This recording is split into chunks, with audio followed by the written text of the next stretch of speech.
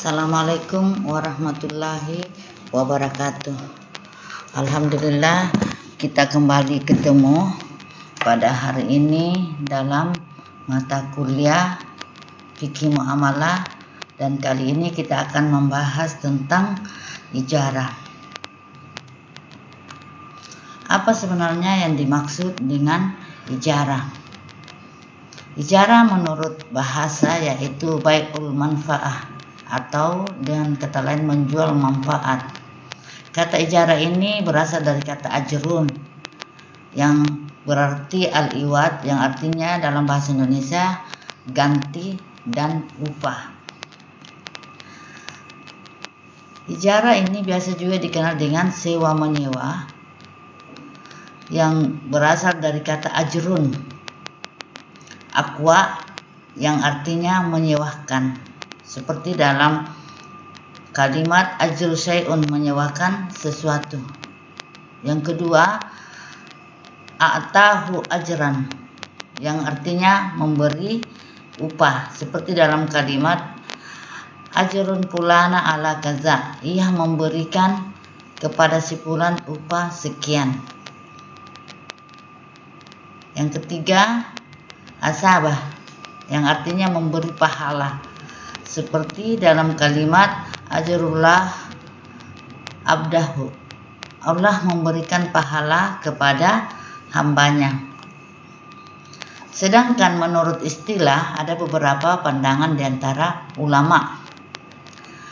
Ulama Hanafi mengatakan ijarah itu atau sewa menyewa itu adalah aqdu alal manafi bi'audin, akad atas suatu kemanfaatan dengan adanya pengganti. Sementara ulama Syafi'iyah mengatakan aqdu ala manfaatin maksudatin ma'lumatin mubahatin qabilatin libaddi wal ibahati bi'audin ma'lumah. Artinya akad atas sesuatu kemanfaatan yang mengandung maksud tertentu dan mubah atau boleh, serta menerima pengganti atau kebolehan dengan pengganti tertentu. Sedangkan ulama Maliki dan Hanabilah mengatakan ijarah itu adalah tamliku manafi' syai'in mubahatin muddatan ma'lumatin bi'audin, menjadikan milik sesuatu kemanfaatan yang mubah dalam waktu tertentu dengan pengganti. Istilah ijarah, ada beberapa istilah atau sebutan yang berkaitan dengan ijarah. Ada istilah mu'jir, ialah pemilik benda yang menerima uang atau sewa atas suatu manfaat. Kemudian ada istilah mustajir, orang yang memberikan uang atau pihak yang menyewa. Ma'jur ialah pekerjaan yang diakadkan manfaatnya.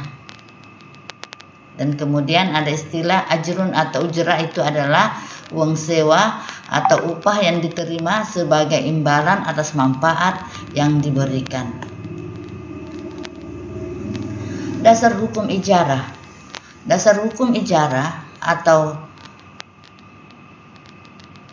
rujukan ijarah itu kita bisa temukan dalam Al-Quran, As-Sunnah, dan Ijma'. Dasar hukum ijarah dalam Al-Quran adalah surat At-Talaq ayat 6. Fa in arda'na lakum fa'atuhunna ujurahunna. Surat At-Talaq ayat 6. Jika mereka telah menyusukan anakmu, maka berikanlah upah kepada mereka. Ini maksudnya bahwa orang yang memberikan upah atau menyusukan anaknya boleh dibayar. Ya.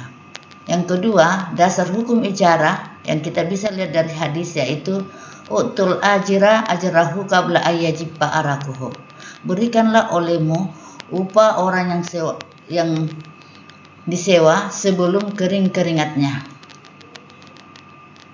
Nah, dan yang ketiga, kita lihat ada dalam landasan ijma' bahwa semua ulama sepakat Tidak ada ulama yang membantah kesepakatan ijma ini. Meskipun ada beberapa di antara mereka yang berbeda pendapat, tetapi hal itu tidak dianggap. Selanjutnya kita membahas tentang rukun ijarah. Menurut Hanafiyah, rukun ijarah hanya satu, yaitu ijab dan kabul dari kedua belah pihak yang bertransaksi.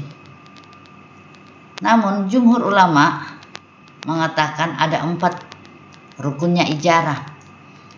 Pertama itu 2 orang yang berakad, artinya orang yang menyewakan dan orang yang menyewa. Kemudian yang kedua ada sigat. Sigat di sini ijab kabul, timbang terima. Kemudian yang ketiga sewa atau imbalan, atau biasa juga dikatakan upah. Dan yang keempat adalah manfaat.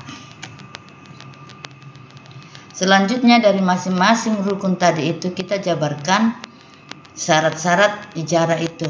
Yang terkait dengan orang yang berakad, menurut ulama mazhab Syafi'iyah dan Hanabilah, disyaratkan itu yang telah balik dan berakal.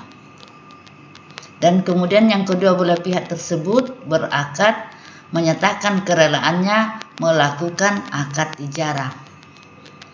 Selanjutnya manfaat yang menjadi objek ijarah harus diketahui sehingga tidak muncul perselisihan di kemudian hari. Yang keempat, objek ijarah itu boleh diserahkan dan digunakan secara langsung dan tidak ada cacatnya. Selanjutnya, objek ijarah itu sesuatu yang dihalalkan oleh syarah. Kemudian, yang disewakan itu bukan suatu kewajiban bagi penyewa. Objek ijarah itu juga merupakan sesuatu yang biasa disewakan. Dan terakhir, upah atau sewa dalam ijarah harus jelas.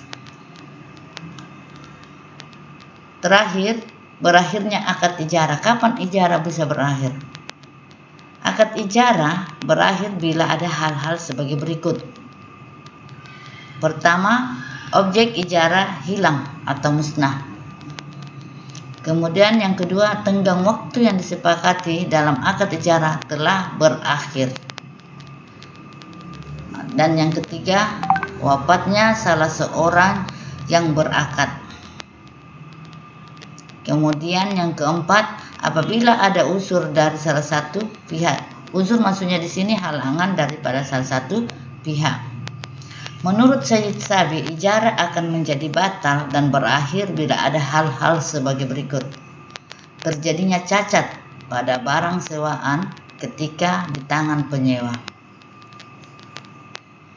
Kemudian rusaknya barang yang disewakan. Dan yang ketiga, rusaknya barang yang diupahkan. Dan keempat, telah terpenuhinya manfaat yang diakadkan sesuai dengan masa yang telah ditentukan dan selesainya pekerjaan. Menurut Hanafi, salah satu pihak dari yang berakad boleh membatalkan ijarah jika ada kejadian-kejadian yang luar biasa.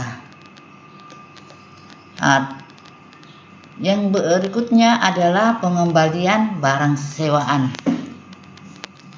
Menurut Sayyid Sabi, jika akad ijarah telah berakhir, penyewa berkewajiban mengembalikan barang sewaan. Jika barang itu berbentuk barang yang dapat pindah, seperti kendaraan, binatang dan sejenisnya, ia wajib menyerahkan langsung kepada pemiliknya. Dan jika berbentuk barang yang tidak dapat berpindah atau tidak bergerak, seperti rumah, bangunan, ia berkewajiban menyerahkan pada pemiliknya dalam keadaan kosong seperti keadaan sedia kala atau keadaan semula. Selanjutnya, menurut mazhab Hambali berpendapat bahwa ketika ijarah telah berakhir, penyewa harus melepaskan barang sewaannya dan tidak ada kemestian mengembalikan untuk menyerah terimakannya seperti barang titipan. Selanjutnya, mereka juga berpendapat bahwa setelah berakhirnya masa akad ijarah dan tidak terjadi kerusakan yang tampak disengaja, maka tidak ada kewajiban